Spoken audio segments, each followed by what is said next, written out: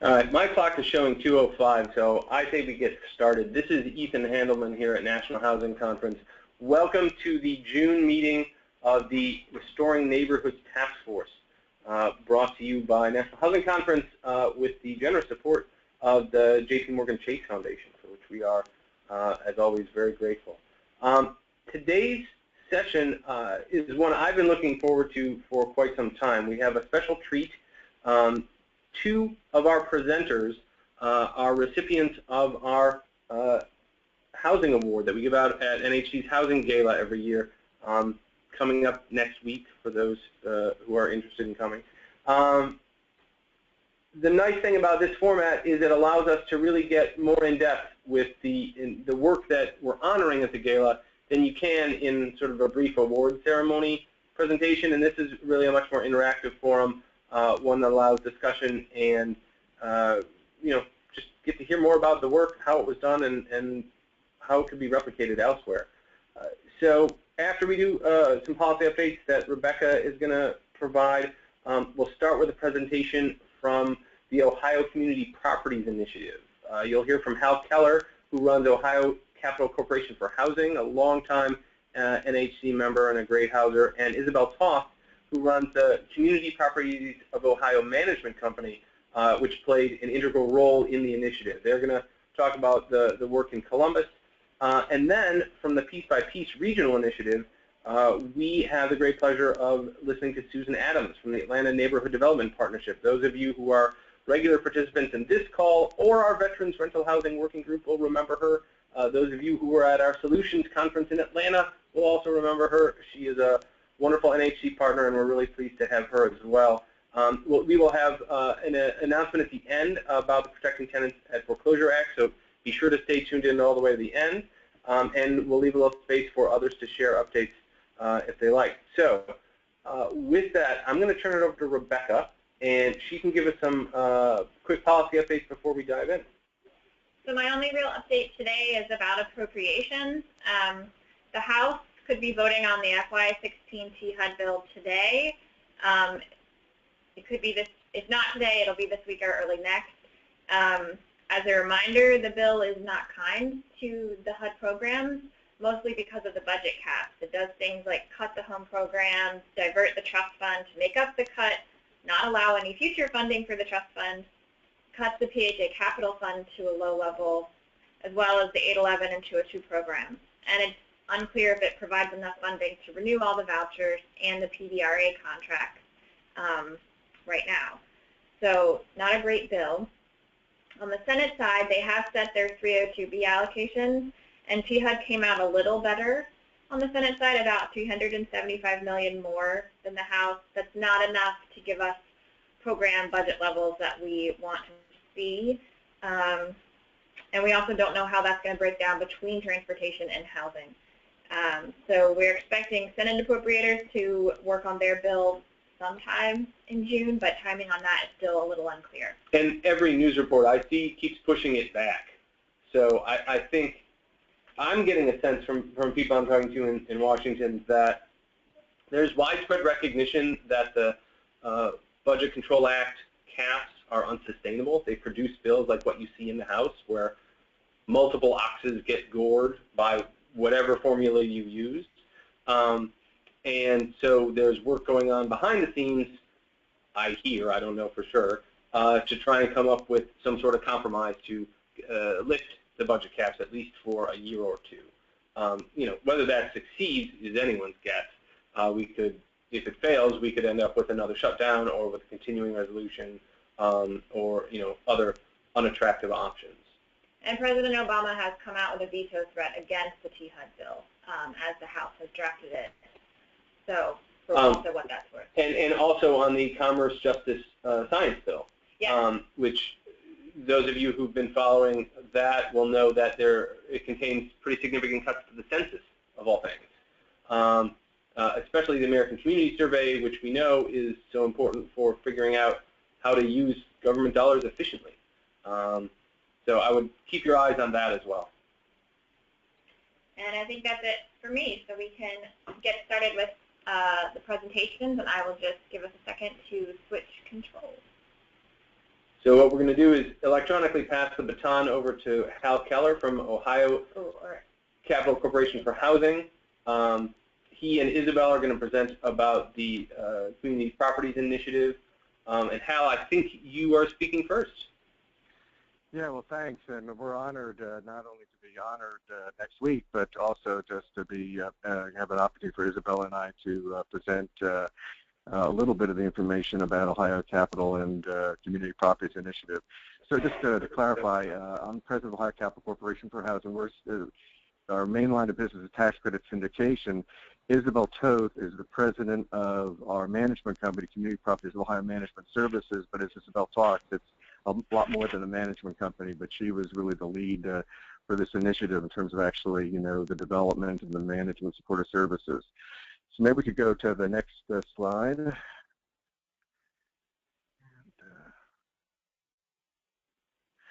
Okay, just put it in context, the CPO initiative, Community Properties of Ohio initiative, involved, it really started as affordable housing preservation with project-based assistance and to recapitalize a large portfolio of HUD-assisted units. But we needed to do this in a way that really recognized the importance of this as a neighborhood revitalization tool. And there we go. And last but certainly not least, and Isabel will go into the important component of, it's always been resident focused, not only from the initial work with the residents, but in terms of relocation, supportive services, and a variety of other things that CPO and CPO Impact are doing. Okay, Isabel, thanks. So this started with a large owner of Section 8, properties that was looking to exit the program, is the mark-to-market program. So let's talk about the real estate very briefly. When we were approached by Ohio State University, the portfolio that we were presented with included over close to 2,000 Section 8 project-based units, the bulk of which were in Columbus, and around 250 buildings scattered around 7 neighborhoods. There are 565 units in Louisville, Kentucky, and then we had a building in southern Ohio. Later on I'm going to explain, but the properties in Louisville, Kentucky were not appropriate for us to redevelop, so I actually spun those off to New Directions Development Corporation. Those of you might know Joe Gleasner in Louisville, and we're working with him to redevelop those down there. So these were essentially primarily brick buildings, many historic, but rehabbed in the 80s, and a lot of this historic character was like stripped out. Very low income population. Isabel will get into that a little bit later on. And they were universally hated by HUD, who continually citing them with deficiencies, city officials, neighborhoods, and the residents. And to give you an idea, this was the housing of last resort. So if you're rejected by a public housing authority, evicted by a public housing authority in Columbus, you could still get on the waiting list and get housing through what was formerly referred to as Broad Street Management. So 250 buildings. You can see that a range of building types. We had a couple of the beautiful historic buildings, Michigan Avenue School and Cambridge Arms. But then dotted around these neighborhoods were row house and courtyard buildings and duplexes. So it made a big challenge, as we'll get to later on, coming up with, with a scope of work, because each building was different. As you can see, the map of Columbus, they were scattered. To give you a point of reference, you see the blue 16, that concentration to the north is right around Ohio State University. And we'll talk about the role in a minute. And then on the east side and the south side, huge concentrations as well. Okay. So when we were approached, the ownership structure was incredibly complex. 17 limited partnerships dating back to the 70s and 80s. Over 300 limited partners with huge negative capital accounts. Some of them had passed away and gotten that step up in basis in the sky, as they say. 18 expiring HAP contracts, pretty much all sub-rehab. Common general partner, who was the principal of Broad Street Management, and the management company itself, the Broad Street Management, had several identity of interest, the companies that provide maintenance, and it was a network of identity of interest companies. The management company was very, very good about stripping cash out of properties. They had actually good systems, that we'll talk about in a little bit, but they were very efficient in terms of stripping cash out, not necessarily efficient. Their goal was not to maintain the properties or to make sure they would be safe and sanitary. They were all FHA insured and moving to the HUD mark-to-market program, and the general partner would only sell the entire portfolio, not individual properties. It was all or nothing, which included the properties in Kentucky and in southern Ohio, as well as the properties around Ohio State. Okay. So the catalyst, the way we got involved, a huge concentration in Wineland Park, which is a neighborhood adjacent to the Ohio State University. Ohio State had a development affiliate, Campus Partners, that had undertaken some large commercial developments, but they understood very early on that they couldn't affect the residential component composition of the neighborhood without impacting Broad Street management. And again, since the owner wanted to sell, in bulk, Campus Partners over a period of time executed a site control agreement to get control of those properties. And then they turned to us to essentially execute the plan, which is a pretty good plan. I should also point out that our current board chair at that time was on the board of Ohio State University, so we had our own identity of interest going on there, but we were able to work very closely with Ohio State. Also want to say that Ohio State could have taken the approach of just trying to get these properties, voucher everything, and destroy the project-based nature, and they saw that that was not the right thing to do for the neighborhood, which they're trying to turn into a mixed-income neighborhood, or the residents.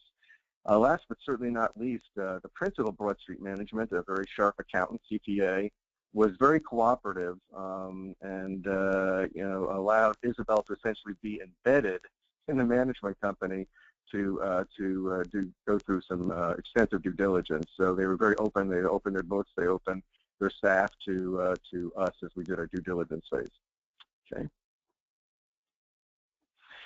So closing the deal, and I'm the finance guy, but Isabel did pretty much everything else. The way that this worked is we purchased the property management company, Broad Street Management, with our own capital, and we received a short-term loan for the Housing Partnership Network. And I know many of you have worked with HPN. So at no cost, the existing limited partners contributed their interest in real estate to a new OCCH-controlled entity. So the reason they did this, so it wouldn't trigger capital gains, since they all had negative capital accounts. So essentially, we bought a slum management company and got 250 dilapidated buildings for free, essentially. So then we went through, at the same time, we executed a large single mark-to-market transaction with Omar. The old FHA insured debt was bifurcated into a amortized loan, short-term, it was like 223F loan, and then we were going to spin those out into different phases with D4s. And then we had two subordinate mark-to-market loans totaling $28 million, which is really about $24 million. Well, that was the original FHA insured debt that was restructured as a result of the mark-to-market, and about $4 million in other costs. But one of the key components is, since Ohio Capital Corporation is a CDFI and we are a tenant-endorsed nonprofit purchaser, at closing, that $28 million of mark-to-market debt was assigned to an affiliate of Ohio Capital's Ohio Capital Finance Corporation. And one of the things that's important about that is it allows us to surplus cash to pay, to come out of the properties to pay those notes down, and then we in turn provide those to Community Properties Impact Corporation, so the human services side for resident services. Okay. So the redevelopment plan was to try to take chunks of these properties, and again, we became the largest slumlord in Columbus overnight, to take chunks of these properties and put them in resident neighborhood-focused transactions. Before, the HAP contracts were such that you could actually have two buildings next to each other. One was in one partnership with one HAP contract, another was in a different partnership with a different HAP contract. We worked with HUD to consolidate those, and then we spun those off in specific development transactions with local nonprofit partners. which include the Housing Authority, a local NeighborWorks affiliate, and some other organizations. We and our community partners selected a single contractor through an RFQ that involved many community partners. And a key component is, out of the 1,300 units, a key component that Ohio State emphasized, and we believe too, as you can see from that map, huge concentrations of poverty. And we were able to take out some properties at closing to move the use restrictions. But at a certain point, the folks at OMAR said that we needed to go to Congress to move mark-to-market use restrictions and subsidies, and we couldn't do it otherwise. So we actually did that over a period of time. In 2008, after lobbying for many years, the properties closed, by the way, in 2003. We were able to, as part of HERA, get a legislative fix that allowed us to move the project-based use agreements to other neighborhoods not impacted, and allowed us to free up some of the more attractive buildings, especially on a gateway that connects Ohio State and the freeway for market rate development, which is actually occurring right now. Okay. And give you an idea of the sources of financing. Again, we had a significant amount of investor equity, some tax credits, and by the way, J.P. Morgan Chase was our lead investor in our equity funds. We had several equity funds. FHA insured debt, had mark-to-market debt, replacement reserves, and the state of Ohio and the city and the county all provided gap financing for the rehabilitation. Okay, and I think that might free this up for Isabel, but I went through that very quickly. Obviously, I'm a finance geek. I can't help myself. But the real important part is legs of the table and the different facets of the development process, which Isabel will take you through. Great. Thank you, Hal, and good afternoon. So Hal talked about the complexity of this deal, and 10 minutes of that is just not enough to explain all of that. But then we got to the really the hard work. And so we talked about these 4 legs of the table because we knew we would not get a second chance to spend $133 million and do it right. So we really looked at it from the level of rehab, the construction, the property management company, and the focus of how the property management would be conducted. And along with that, there were 2 very significant pieces, one of which was safety, because these were 7 inner-city scattered site neighborhoods that were just riddled with criminal activity. Gangs, prostitutes, drugs, you name it, it was literally off the hook.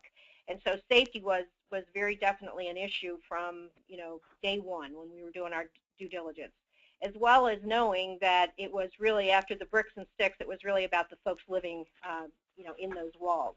So I always say you have to have a heart and a stomach to do this work. So we started off realizing that we would have to relocate 1,330 families while doing this scope of work. So we wanted to involve the residents from the very beginning. We started off, Hal and I met with all of the civic associations, the neighborhood groups, various stakeholders, and residents. We conducted focus groups. I made certain that the contractors, the architects, anyone that was going to be involved in this development actually participated in some of these focus groups so that they could hear the pain, because there was a lot of negativity within the community. They really just wanted Hal and I to sort of, move those people away. And so we worked with all of those folks. We brought in neighbors. Many of them were architects or contractors, and they talked about really the bricks and sticks, the aesthetics of the building, how it would integrate within the neighborhood. We also talked about the residents and what they had to live with in these units. The scope of work was developed. These units had no air conditioning. They had no showers. A lot of them are row houses, and so you have a front door and a back door. There's hardly any ventilation. A lot of these residents were hanging out on the front step, which caused a lot of the community unrest about those people. And so you can see the scope of work there is about $70,000 per unit. We did upgrades that included the HVAC, electrical system, showers, central air, all new appliances, fixtures. It was not a gut rehab, but it was pretty close. You can see here some before and after pictures. the lower picture there on the right, you can see we've added back porches, which the previous owner had really stripped these buildings over time, and it was really more from a maintenance, upkeep piece. So there were beautiful transoms above the front doors that were, boarded up. There were bricks that instead of replacing them, they just sort of boarded. So it really was it was very much an eyesore. But we restored a lot of that back to the neighborhood, what was intended within the neighborhood. The other thing that was really significant is that we had a very hostile management resident environment.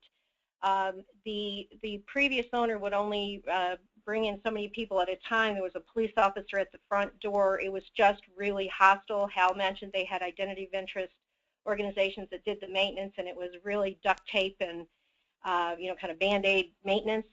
So they had every right to be hostile. These units were rat-infested, roach-infested. They were just really off the hook. And so we bought new space, we gutted a building, and we designed this really with input from, again, residents and mostly from staff. And we created a space that really was user-friendly to the residents, especially most of our residents have children. We trained all of our staff in the Bridges Out of Poverty and Crucial Conversations, which was key to changing the corporate culture of the management company. We modeled that behavior. We tracked and improved the resident wait times, really trying to get customer service focused, and we really did a lot of education with our residents in terms of our new management philosophy, what they could expect from us and what we expected from them. The other thing that was very, very significant in the beginning was working during this time that we had to do the due diligence. I worked with all the tenant advocacy groups and with our attorneys, and we created new tenant selection criteria and house rules and lease agreement and all of that. And the goal was to let people know that our goal was not to make people homeless, but it was to hold people accountable, and that was going to be a very big shift in the management philosophy. And so we wanted to make sure that they understood where we were coming from. The other thing was that the neighborhoods from HUD to the City of Columbus to residents in the neighborhood said no one ever returned their phone calls. So we implemented a 24-hour return call policy. We tracked all calls, which really proved to put a lot of that to rest over a period of time. It did take time. I mentioned about the criminal activity. We did a lot of work with the City of Columbus in terms of the crime stats in these neighborhoods. We worked with the City Safety Director and the Chief of Police and various members of the staff of the police department. And then what we did was we created a program called Eliminate the Elements, where we worked with a guy that I had worked with in a previous life, who was a sheriff, who did a program called Take Back Your Streets, and we did we walked all the properties. We looked at defensible space, whether it was lighting or landscape or even traffic patterns, and then we also developed a program where we hired off-duty police officers that worked in these specific precincts, and we brought them onto our staff. We did a collaboration with our attorney and the police department in terms of teaching, in terms of really understanding what the mission behind this was. And then we have very, very close coordination daily, which still continues today, between the police officers and the property managers. This next slide just shows you our police car that we leased from the city, which has our name on it, a couple of our great officers that run this program. And then the chart just really, I know that it's hard for everyone to read, but essentially we have reduced the criminal activity on our sites by 82%, and that continues today. The other leg of the table is really about resident services. I mentioned that we started with the Bridges Out of Poverty and really involved our residents from the very beginning, hiring them to be on our staff, being at the table, giving us feedback, so that it was, truly a collaborative effort to work through a lot of these very, very tough issues.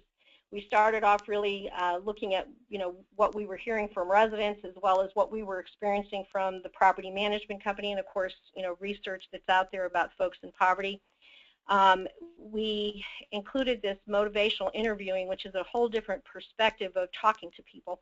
It's about the stages of change, and it's about change talk with residents rather than talking at them and saying what you will do to them or for them, but rather asking what they needed from us. We established 5 key objectives. There's a slide later that kind of depicts that better. We created CPO Impact Corporation, which is our 501c3 that allows us to do some grants, which we did with the Central Ohio, the United Way of Central Ohio, the Women's Fund, JP Morgan Chase. There have been several folks who have really helped us get started. And as Hal mentioned, the surplus cash is really what creates the sustainability of our supportive services. The other key pieces from the work that we've done, we're now working with the Annie E. Casey Foundation, which is really focused on 2 generations, children 0 to 10 and an adult in the same household that are generational poverty. And it's really focused from the center of the family as the focus, and then you work out. And that has really been a great opportunity for us. This is who we serve. These are our actual residents. Typically, the profile is an 18 to 24-year-old female head of household with 1 to 4 kids making less than $7,000 a year. We do have a couple of elderly buildings. We also have a building that is for parenting adults that are first-generation college students.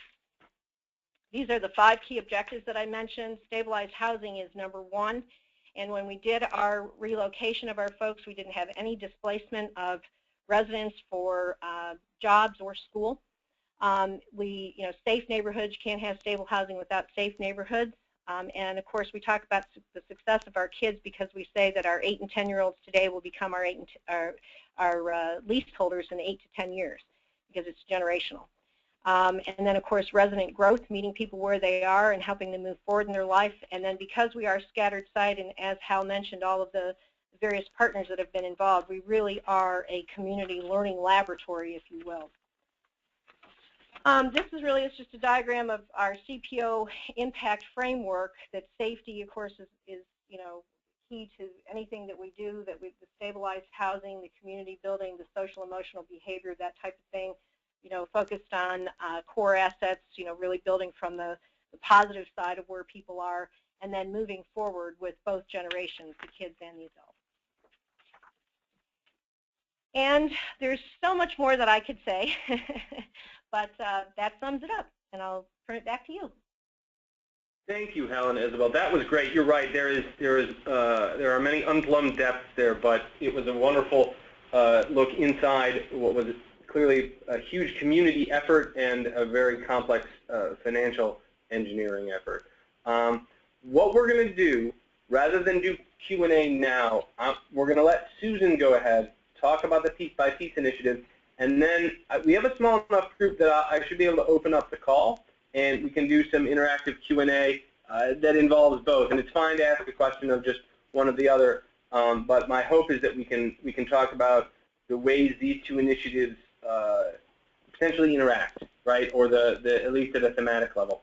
So with that, let me pause while Susan is loading up her slides, pass the baton over to her, and then we'll do Q&A at the end. So if you do have a question that comes up and you want to make sure you get it down, there is a Q&A box in the webinar, and you can type something in there. But I would say if you can hold till the end, we will try and do it all verbally via the conference call interface.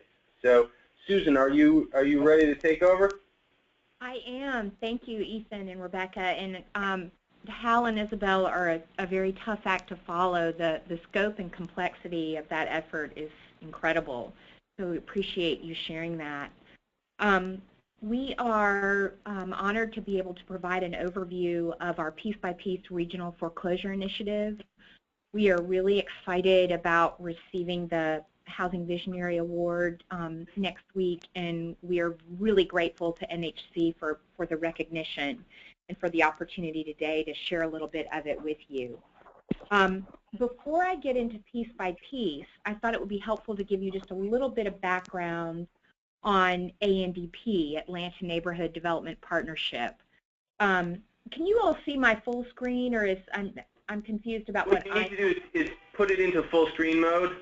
Okay. Your slideshow mode. All right. Hold on one second.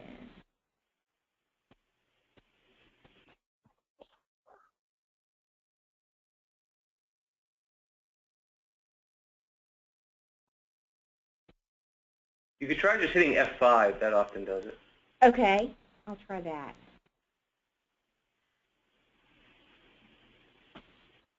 Did that work? Yup. Okay, great. All right. So I wanted to give you a little bit of background about ANDP so that you understand our organization better. We are a 24-year-old housing nonprofit with a mission to promote and create mixed income communities that result in the equitable distribution of affordable housing throughout Metro Atlanta. And we do that through 3 lines of business. We do direct real estate development, both multifamily and single family. We do lending through a CDFI loan fund that we operate. And we do policy research and advocacy work, which is the division of ANDP that I am responsible for. So those are the 3 pillars of our organization. And in our early years, ANDP really worked primarily in neighborhoods around downtown Atlanta, sort of center city neighborhoods. Largely that was in preparation for the city's hosting of the '96 Summer Olympic Games. But in recent years, as the organization has evolved and as Metro Atlanta has evolved, we have expanded our footprint to serve a larger geographic area. Right now, we serve the entire 28-county Atlanta MSA. And as I'm sure a lot of you are aware, the state of Georgia and Metro Atlanta in particular were hit very hard by the foreclosure crisis. We consistently ranked among the most impacted markets at both the metro level and the state level in the country. So, excuse me, in 2008, ANDP's board voted to focus all of our organizational resources and efforts to respond to the foreclosure crisis. So what that meant for our real estate development work is that we started a small pilot project to acquire, rehab, and reoccupy 6 vacant homes in Fulton and DeKalb counties, which are in sort of central Atlanta. And until that time, our real estate development experience was mostly multifamily, or actually almost entirely multifamily.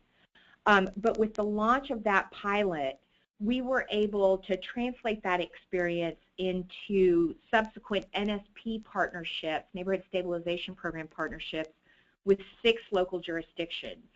And so today, if you fast forward to 2015, we have grown that 6-home pilot into a single-family pipeline that's about 493 homes that have been rehabbed and reoccupied with affordable homeowners and or renters.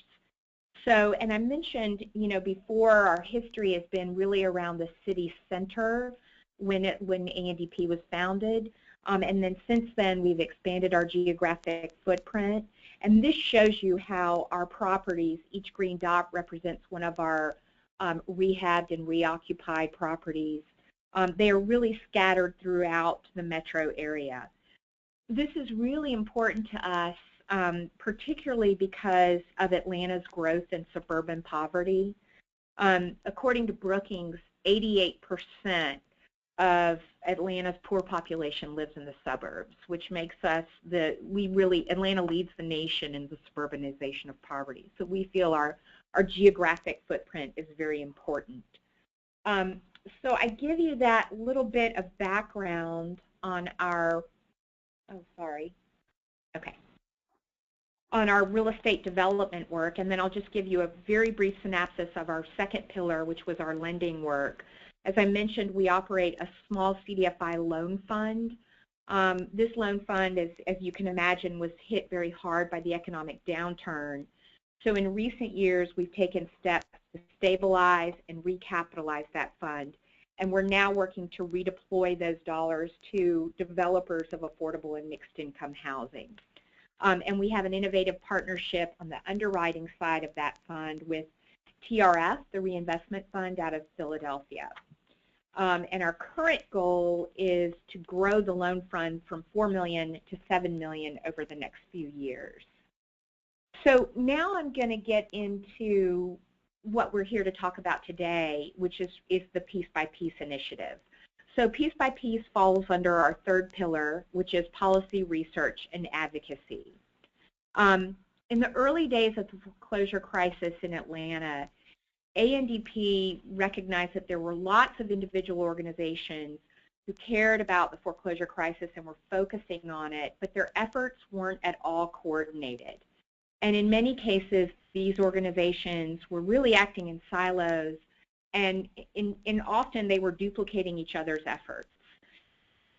And we thought it would be helpful to bring everyone together under one tent to work in a more coordinated fashion to address foreclosure and the devastating impact it was having on our region. And so that was really how Piece by Piece was conceived and born.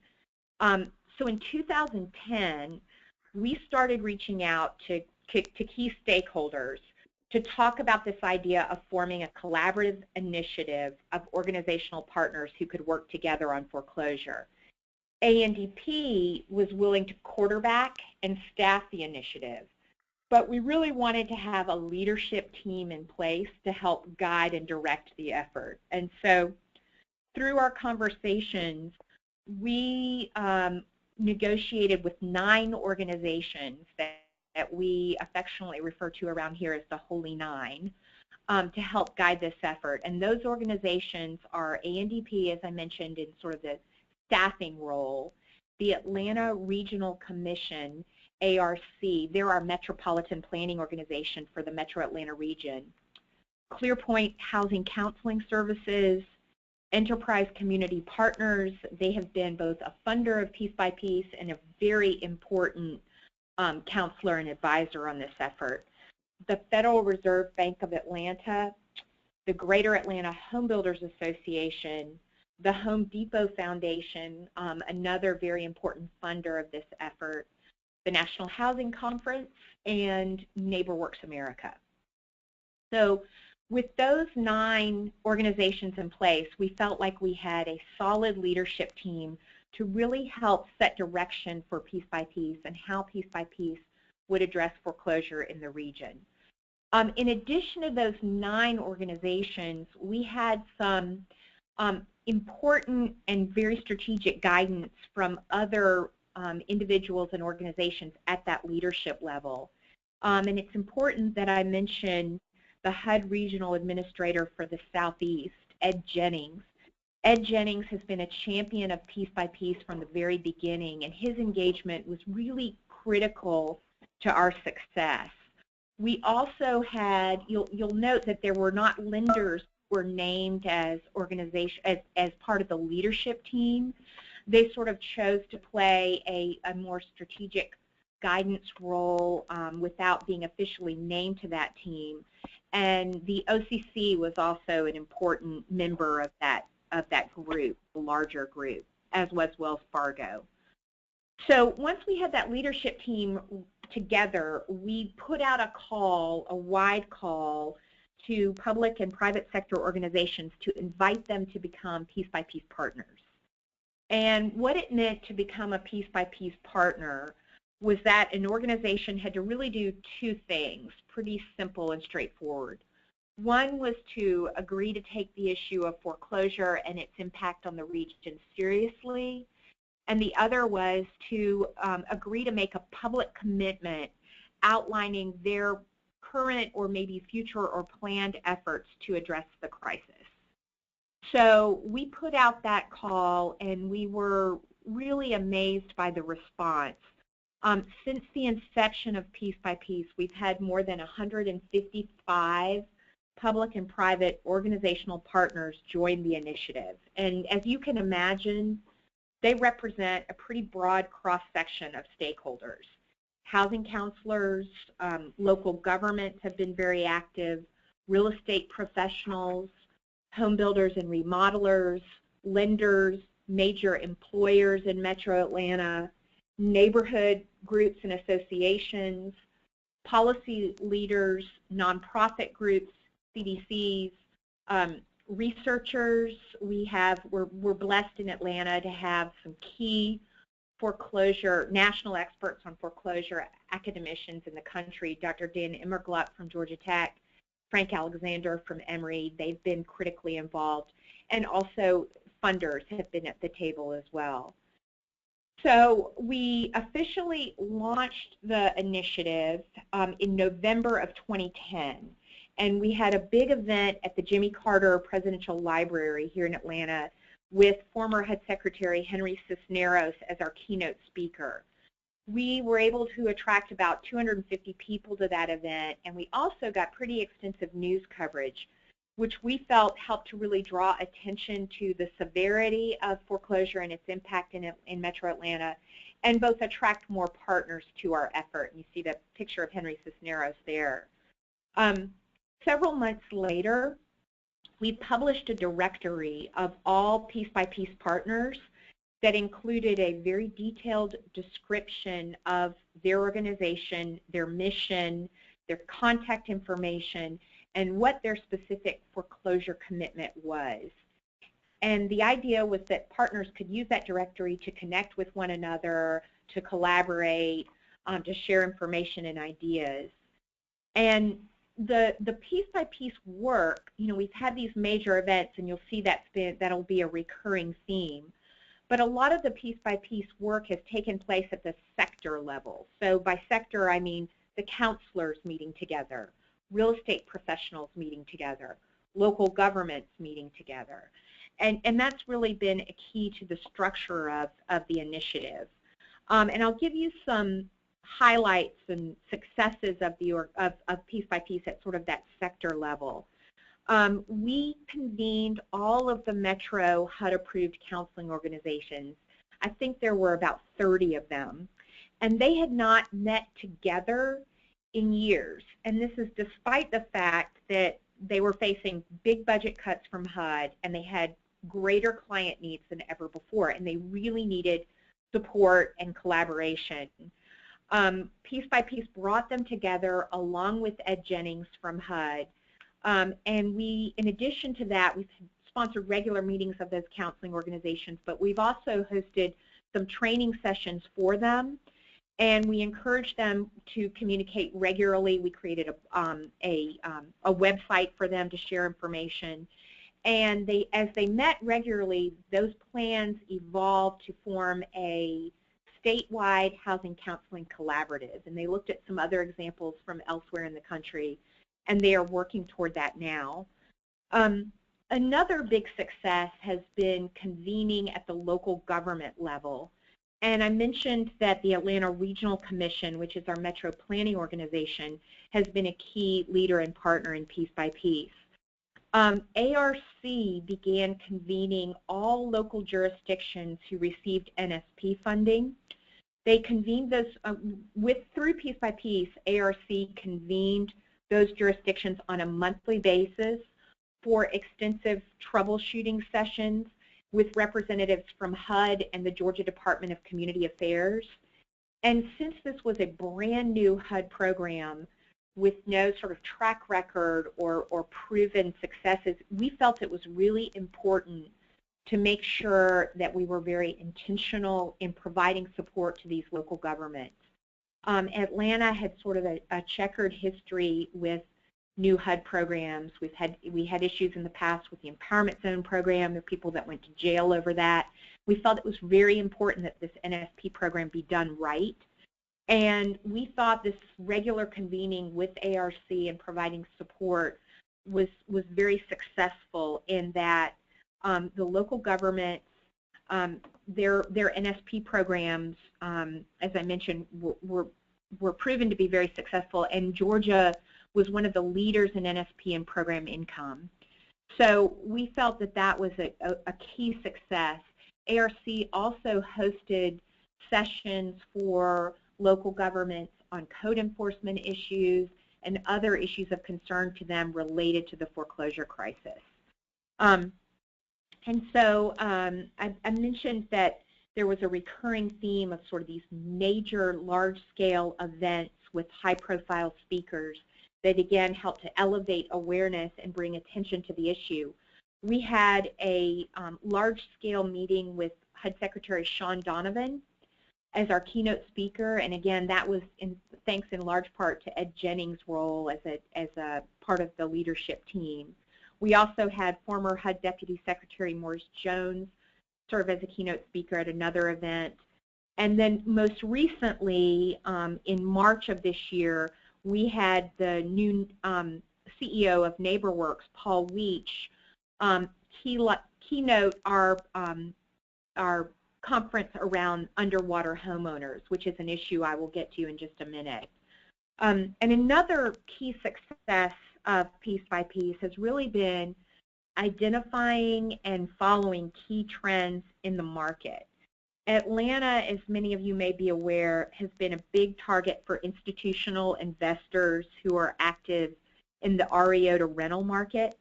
And at one point, these sales made up about 40% of our single-family real estate market. And we really realized that this was a trend that we needed to understand better in order to protect our single-family neighborhoods. So Piece by Piece hosted a neighborhood investment conference, and we invited representatives from the REO to rental industry, and those included Waypoint, Invitation Homes, and American Homes for Rent, to talk about their process in acquisition and rehab, their process in property management, how they were working with their rental families, how they were identifying properties to purchase. And then we also brought into that conference neighborhood leaders who shared what their concerns were about an appropriate balance in homeowner to rental percentages, and also what their sort of hopes were for seeing responsible investment in their neighborhoods. So we considered that a key success and also something that attracted a good bit of attention. We asked our Urban Land Institute Leadership Development Council to do a mini technical advisory panel on this issue of REO to rental market, and they came up with some really great information that we were able to share very widely through the Piece by Piece Collaborative. So I talked a little bit about the history of Piece by Piece up until today. Today we're really in a different place. Foreclosure numbers are trending down in the right direction, but now our challenge is that Metro Atlanta is experiencing a lingering after effect of the crisis, which is really impacting our neighborhoods. Our housing recovery, as is probably the case in many parts of the country, has been wildly uneven. Some neighborhoods, particularly those neighborhoods in the more affluent northern parts of Metro Atlanta, have bounced back pretty quickly and are in a strong recovery mode. Other neighborhoods, primarily the neighborhoods that we serve that are south of Interstate 20, which is kind of a dividing line north-south across Metro Atlanta, they continue to struggle with low-value properties, with blight and vacancies, and a lot of these neighborhoods are heavily underwater, where homeowners owe more on their mortgages than their homes are actually worth. And when homeowners are significantly underwater, you start to see a trend of decline in the neighborhood. These homeowners can't afford to make major repairs to their property. They often don't pay their property taxes, which leads to a decline in local government services. There's just an overall sort of wear on the fabric of the neighborhood, and we have been very concerned about that. One of the things that Piece by Piece was really informed about on this issue of underwater was the Haas Institute report. The Haas Institute out of the University of California, Berkeley, released a report called Underwater America. It was released last May, and it showed that Metro Atlanta was tied with Las Vegas for the highest percentage of underwater homeowners. And what was really disturbing to us about that report was the list of the most impacted zip codes for underwater in the country. Of the top 10 most impacted zip codes, 9 were located in Metro Atlanta, 1 was in Detroit. And of those 9 in Metro Atlanta, 6 were in Clayton County, which is, again, an area south of I-20. So we realized it was a significant wake-up call for us that this was an issue that piece by piece really needed to be focused on. We pulled together the piece by piece leadership team. We presented to them the findings from the Haas report, and they agreed that this was needed to be a top priority for the initiative going forward with a focus on underwater.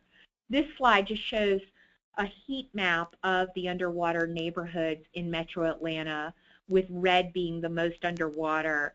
Depending on your source for underwater statistics, CoreLogic or Zillow, Atlanta is either in the #1 spot or has dropped a little bit, but what remains undisputed is that Clayton County is #1 in the country in terms of the most impacted area.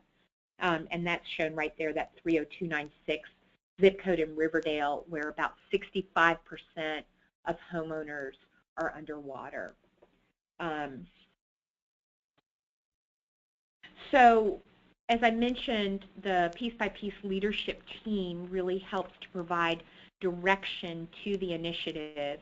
We pulled them together. We made plans, again, for what we do well, which is large-scale convenings with high-profile participants that really attract awareness and attention.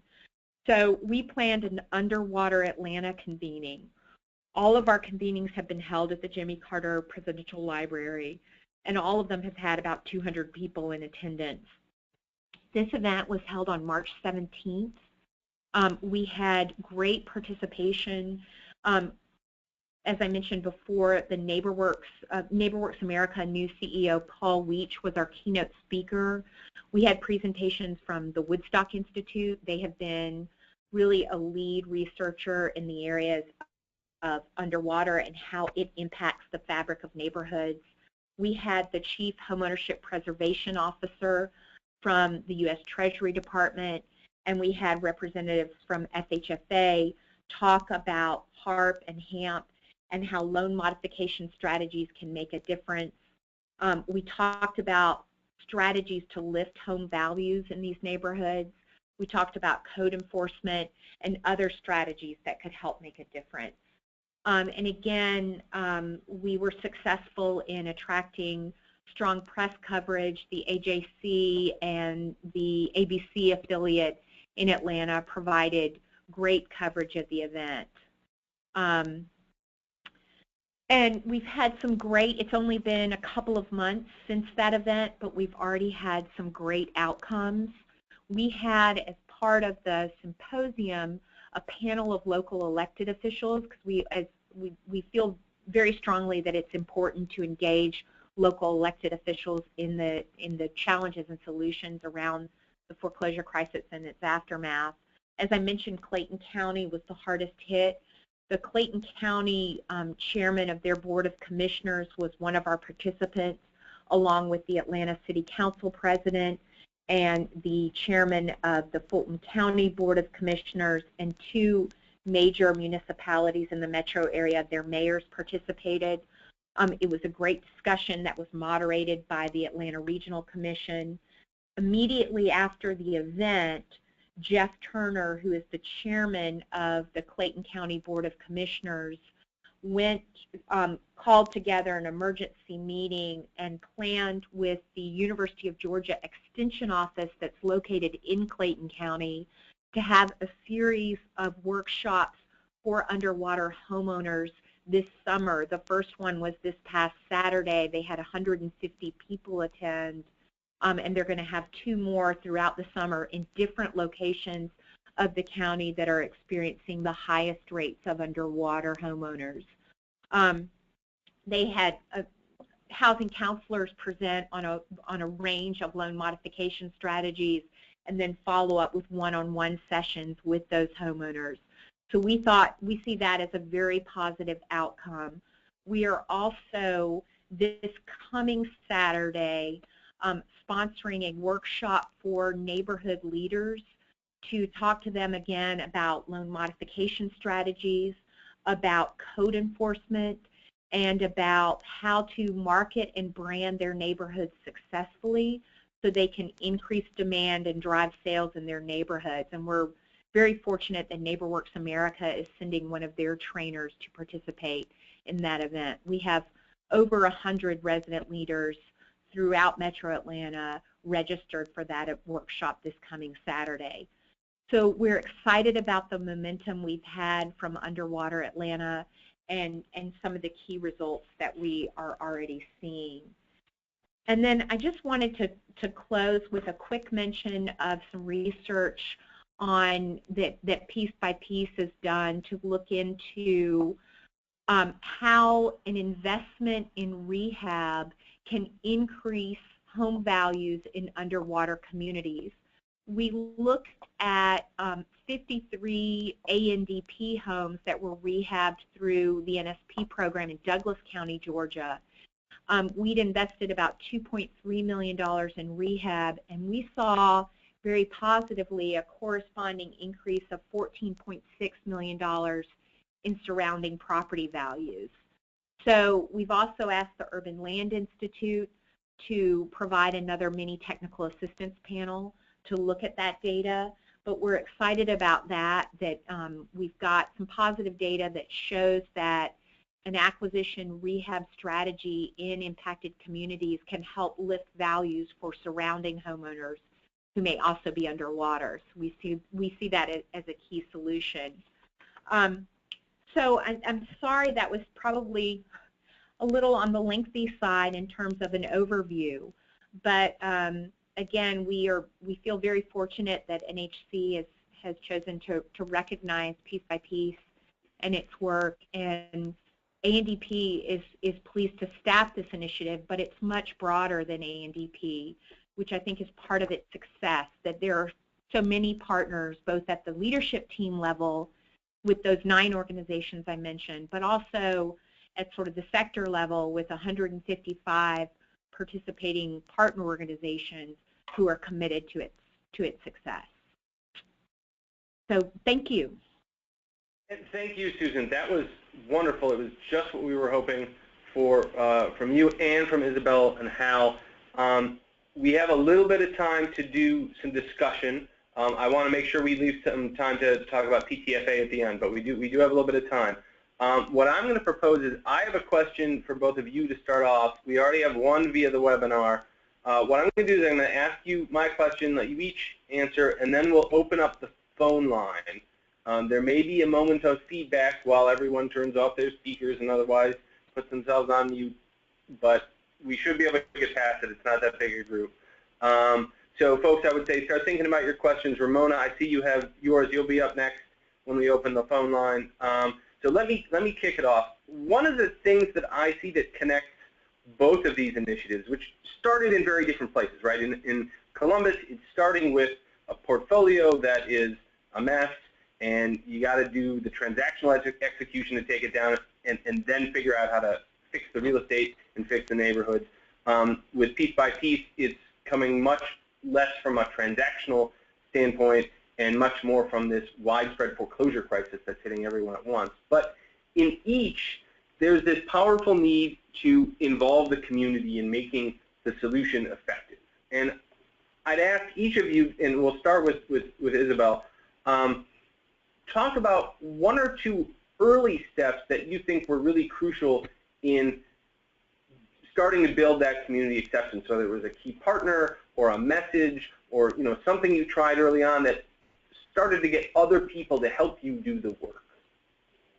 I think that's a great question. Because our initiative really came out of the work that the Ohio State University first started in and around their area, but then it spread. So that was one neighborhood, but then it ended up being the 7 neighborhoods. The key piece was having the really hard conversations with the civic associations. So we met with the city, we met with HUD, we met with all of the kind of regulatory folks that had pain points in this initiative. And so they were very interested in talking to us, very interested in telling us what their concerns were and what they wanted to see happen. But we did not have that kind of relationship with the civic associations and the neighbors and even the residents of the actual units. So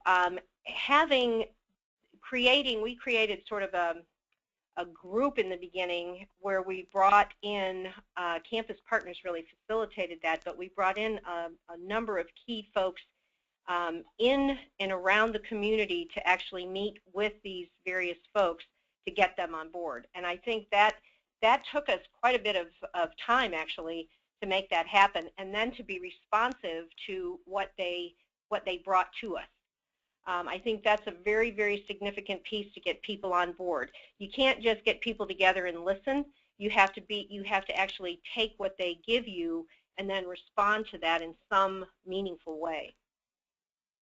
That makes a lot of sense. Susan, what are your thoughts on this question? Yeah, obviously a collaborative approach was critical to us. We knew this had to be much bigger than ANDP. So we really thought broadly because the foreclosure crisis has had such a wide impact. And what we decided to do was reach out individually to some key high-profile organizations that if we thought if they lent their name to this, that would attract other followers. And so we looked at both regional, local, state, and national partners.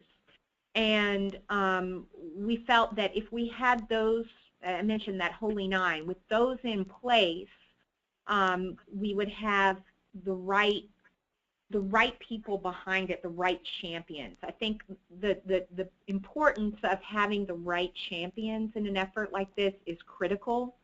And again, that's why the HUD regional administrator, although he couldn't be a named leadership team member, he was so influential in getting others on board.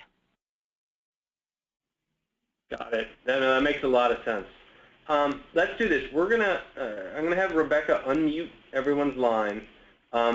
So for folks, I think you can do it all at once.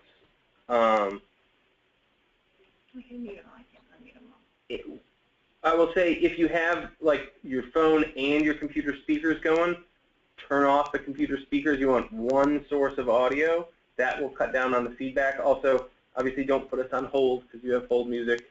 But we're gonna try.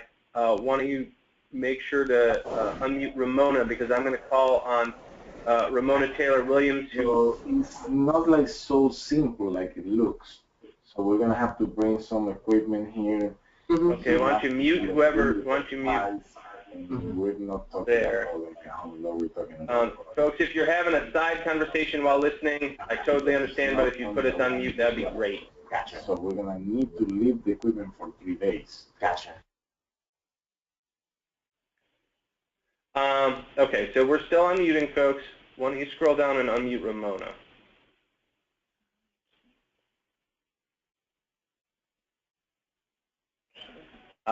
Okay. So Ramona, what I'm going to do is read your question because it's saying you haven't logged in via the audio pin. So you're hearing us. Your question was, I think, mostly directed at Atlanta, but may have some overlap with Columbus as well. You asked about the impact of Hope 6 on the concentration or deconcentration of poverty in the Atlanta region, and I'm curious, Susan, if you saw interactions between the Hope 6 redevelopment of public housing and some of the foreclosure impacts, maybe at a neighborhood level, maybe at a resident level. And Isabel, I'm wondering if that had any impact on Columbus. The Hope 6? Yes. No. There was no impact of Hope 6 in Columbus. Got it. Yeah, we've had some major Hope 6 projects in Metro Atlanta, primarily the Centennial Park development around Centennial Homes, which is around the Georgia Tech campus, which was completed around the time, sort of timed with the Olympics in the mid to late 90s. There is some theory of thought that some of the public housing residents through the Hope 6 elected to take vouchers and go to suburban markets. And so this whole suburbanization of poverty piece that I'd mentioned, which we see as sort of an important part of that, the Brookings work on the suburbanization of poverty has been very informative to Piece by Piece's work. I'd say that there's that sort of tangential connection. But beyond that, no, there's not really been a specific link to Hope 6. Okay, got it. Good. Let me ask another question while folks are gathering their thoughts and thinking about things they want to ask. I'm curious how public safety and crime play into the planning and the execution of both of these initiatives. I mean, we heard a lot of specifics in Columbus around the amazing results. Those statistics were staggering. But also the concerted effort to change the perception as well. And I'm curious if any dynamics around public safety are playing out in Atlanta in ways relevant to the initiative. You know, whether some of the neighborhood decline and disinvestment effects that you highlighted from foreclosure and also from just being underwater play out in the public safety sphere, and whether that's been part of the response as well. So maybe Susan go first, and Isabel, you can go after.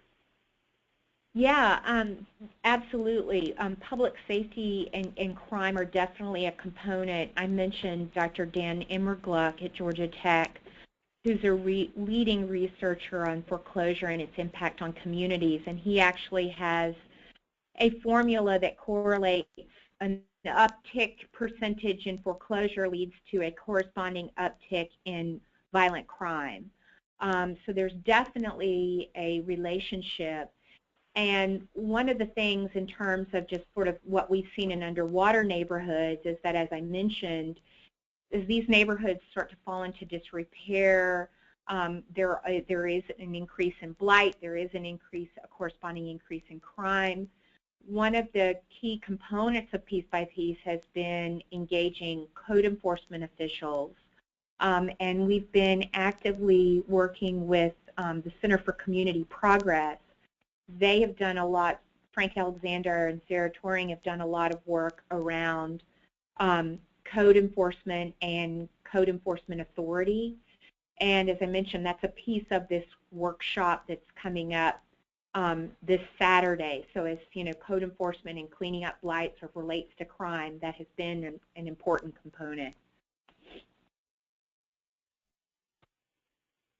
Excellent. Isabel, thoughts on public safety? Well, as you can see from the discussion that I have about our program called Eliminate the Elements, that was truly a significant part of what we needed to do, even to do the rehab, let alone to change the lives. But I will tell you that when we went into it and we approached the the police chief and the safety director and so forth, it was not so much from the standpoint of what are you going to do about this criminal activity, but rather this is what we need to do and can you help us? And that's really when we designed our program, which was initially funded with some appropriations from Deborah Price, and then we were able to continue that funding. So in some respects, we supported the police efforts.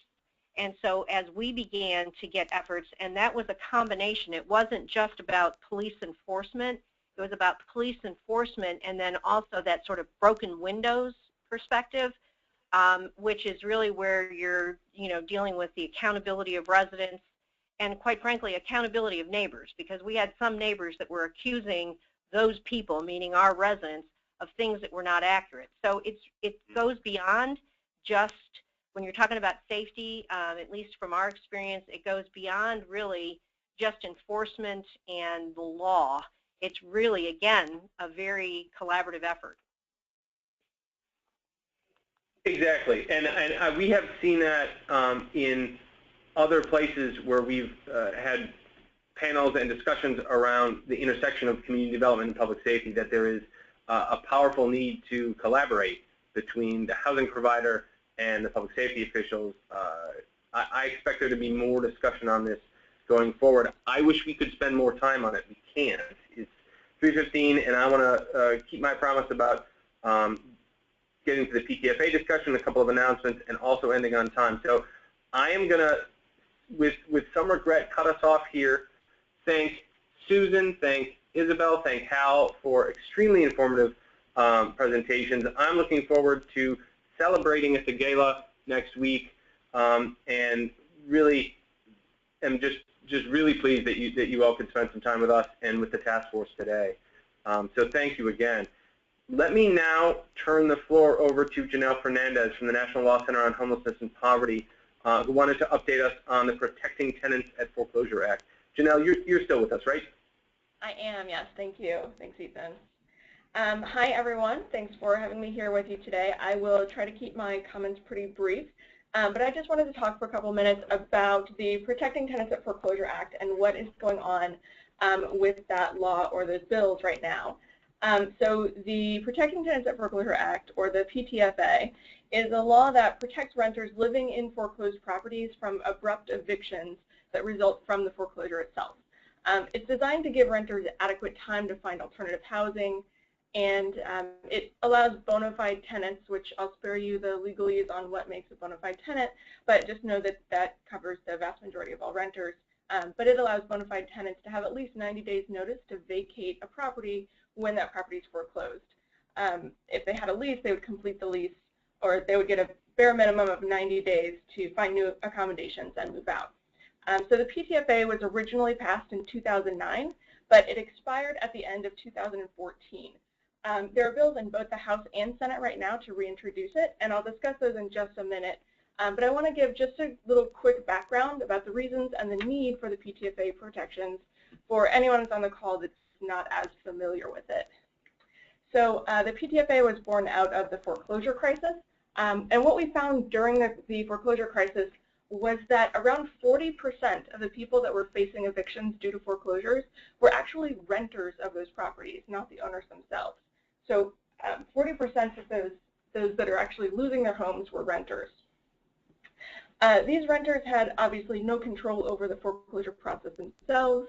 They were usually paying their rent as agreed and really had no idea that the property was being foreclosed upon. The property would change hands without their knowledge, and often the new owner of the property was not interested in dealing with the tenant, and that tenant would come home one day and find a notice to vacate either in their mailbox or taped to their front door, and that would really be their first notice that anything had happened, that the property was even in jeopardy. So renters were frequently being told that they had very little time, as little as 3 days or less, to clear out of the property before eviction proceedings would be initiated. And in some cases, the eviction proceedings were actually initiated before that first notice was ever served. So this was a significant problem for renters.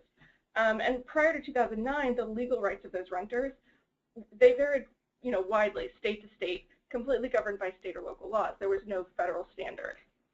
And in most states, those protections were very limited. And this created a number of really negative effects for renters. They would lose their security deposit when the previous owner would disappear. Their kids might have to transfer schools.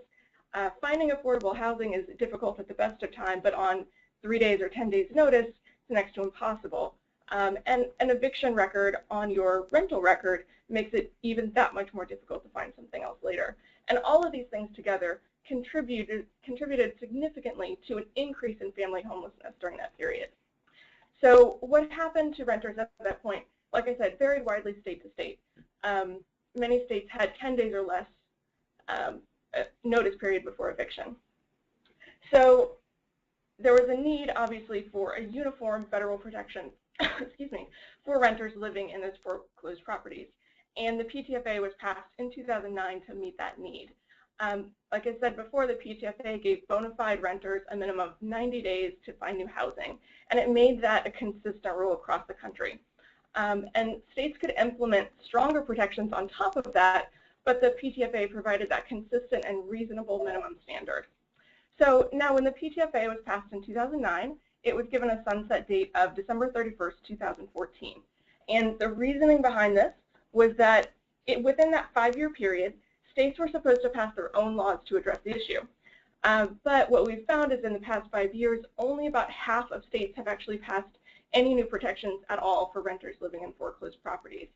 And still today, 19 states allow evictions for renters in this situation with 10 days notice or less. I think it's something like 8 states still required no notice whatsoever. So again, we're back in the position of seeing a need for a uniform federal protection for a reasonable minimum standard.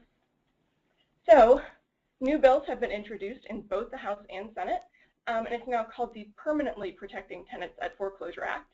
And they're identical bills in both houses. They provide the same protections that were in place from 2009 to 2014. And what these bills basically do is repeal the 2014 sunset date to make that original law permanent.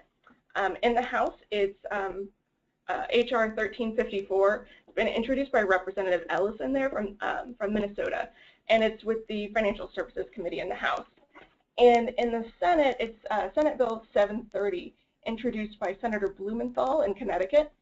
And this bill is going through the Committee on Banking, Housing, and Urban Affairs, and it's actually been included in the Democratic Banking Bill that just came out recently. So that's great. And these bills were introduced in the last Congress also. So there were bills last Congress to try to make the PTFA permanent. Those were not successful. There wasn't any real opposition to those bills, but they only ever generated lukewarm support. We do have a more optimistic outlook, though, about these new bills for a couple of reasons. First, the previous bills were associated with Dodd-Frank, and there was a lot of political opposition to amending Dodd-Frank. But now that PTFA has been uncoupled from that, that political consideration is no longer an issue. Secondly, the previous bills contain a provision to provide renters with a private right of action, which, again, I'll spare you the legalese on that, but in short, it would give renters the right to bring lawsuits against violators of the PTFA law and assert their rights under the PTFA. There are many reasons why that's really important, but it was also an element in those bills that some stakeholders were less supportive of. That private right of action provision was not in the original PTFA law, it was just in the renewal bill from the last Congress that did not succeed. So these new bills do not contain that private right of action provision, and we think that this will allow more stakeholders to come out in support of that bill. And so that's where we are with the PTFA legislation right now. So that's a quick update on that. But I also want to mention briefly the Law Center's Renters' Rights Survey that we're doing. So here at the Law Center, we're doing work kind of twofold. First, we're doing our federal PTFA work, and we're also doing some work on local and state level protections. But we're also trying to survey folks on the ground that interact with or have clients that are renters that are facing foreclosure or facing eviction due to being in a foreclosed property. And we're trying to identify situations where the PTFA law would have had an impact on that situation. And so we're collecting this information from folks across the country and using that in our advocacy and using it to promote the federal PTFA work. So if you are interested in that, or you have clients or folks that you work with that you think might be interested, please reach out to me, and I'd love to talk to you more about that. So that's my quick update. Great. Thank you very much, Janelle. That was very helpful. We will share the information on PTFA as well as the link to the survey, and if it's all right, your contact info in the notes from the call, so that'll go to the full list, not just the people who are on the webinar right now, but to everyone. Fantastic. And I will say we've had in this task force and the foreclosure prevention and neighborhood stabilization task force that preceded it, had a lot of conversations about PTFA, and I share your assessment that the sort of clean, make it permanent approach is one that could garner more support. So I'm glad to see it moving forward in that way. Great.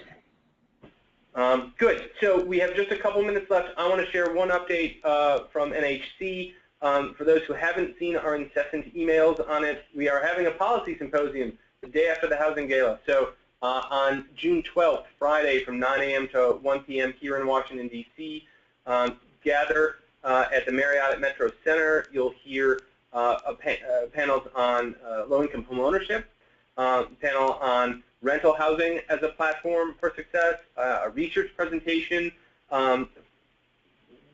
reporting some new results in a research brief jointly done with Children's Health Watch and the Center for Housing Policy here at NHC on the effects of pre- and postnatal homelessness on very young children. So it should be a very interesting day. The keynote has yet to be announced, but will be shortly. I'm very excited for that. So you can register free, which is also an attraction. I encourage you to do so.